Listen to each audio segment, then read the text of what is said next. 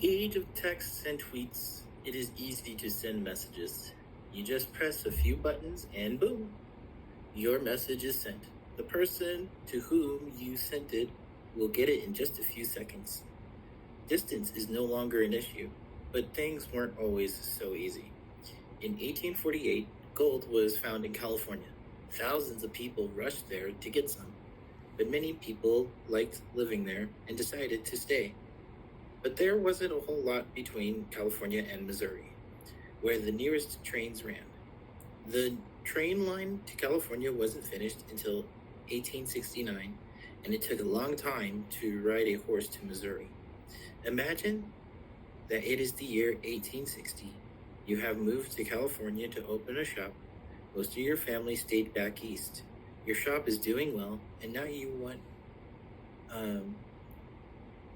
for your family to join you. How do you get the news to them?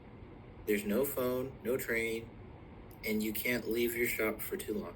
What do? Well, you could use the Pony Express.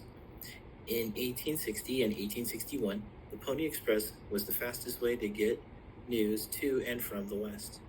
The trail that they rode was around 2,000 miles long, and it took most people weeks or months to ride that far. The Pony Express could make the trip in just 10 days. Those speeds were unheard of at the time. So how did they do it? Well, they had a good system. The Pony Express had 184 stations along the trail. The stations were around 10 miles apart. This is about how far a horse could run at a gallop before tiring. The rider would switch to a new horse at each station. He would only take his mail pouch with him. Every 75 to 100 miles, the rider would get to a home station.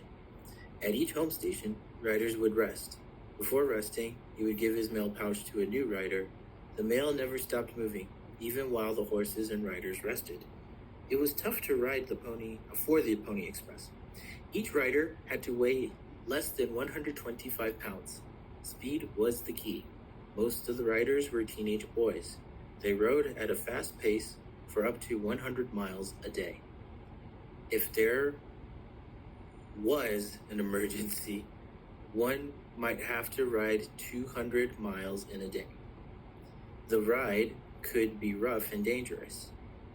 Attacks by Native Americans were common, but in its time running, the Pony Express only lost one mail pouch. The Pony Express filled an important role for a time, but it did not last. The Civil War started in April of 1861. This was bad news for the owners. The worst for them was yet to come. On October 24th, 1861, the first telegraph line to California was finished. This linked them to the rest of the country. People could send messages in an instant. 2 days later, the Pony Express closed. But the lore of the brave riders lives on even today.